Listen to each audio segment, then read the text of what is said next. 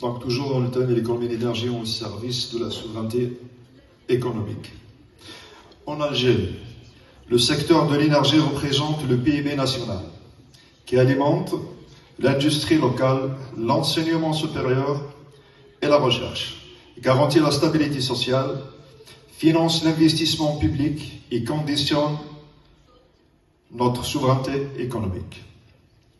Sécuriser la production et l'approvisionnement de l'énergie, diversifier ses ressources, développer des énergies renouvelables, investir dans l'hydrogène vert et dans d'autres méga-projets énergétiques, ouvrir à l'amélioration du réseau électrique pour un développement durable demeure la priorité majeure de l'État algérien, que je soutiendrai en âme et conscience et qui est dans mon devoir moral.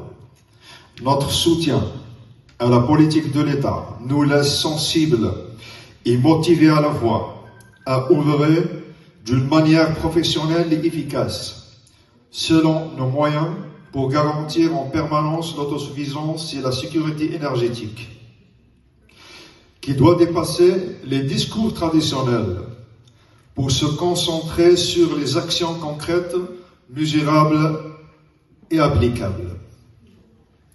Nous vivons dans un monde instable, marqué par des crises géopolitiques, des tensions sur les marchés énergétiques et une transition énergétique accélérée.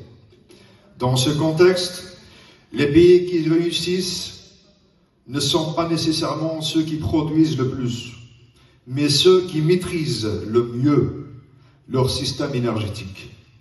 La sécurité énergétique ne se résume plus à la quantité produite. Elle repose sur la fiabilité, la résilience et surtout l'efficience.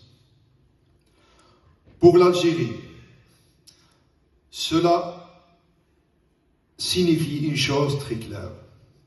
Chaque unité d'énergie gaspillée est une perte pour l'économie nationale.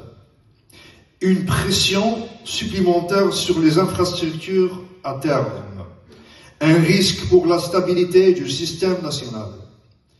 À l'inverse, chaque gain d'énergie assuré est une capacité libérée, un investissement évité et une souveraineté renforcée. L'industrie algérienne occupe une place centrale dans cette équation, à savoir l'industrie énergétique. Elle consomme une part importante de l'électricité produite.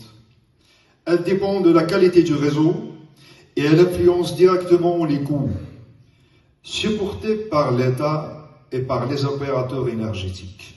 Pourtant, sur le terrain, nous constatons encore trop souvent que les leviers simples et connus ne sont pas pleinement exploités.